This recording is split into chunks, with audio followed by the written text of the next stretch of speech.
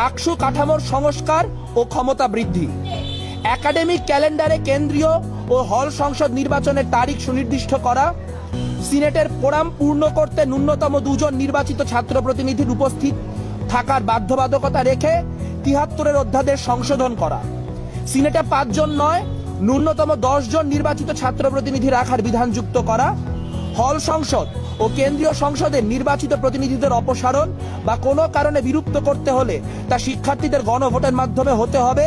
কোনোভাবেই প্রভোস্ট ও উপাচার্যের হাতে এ ক্ষমতা রাখা যাবে না। অনুষদ ভিত্তিক শিক্ষার্থী প্রতিনিধি নির্বাচন করা।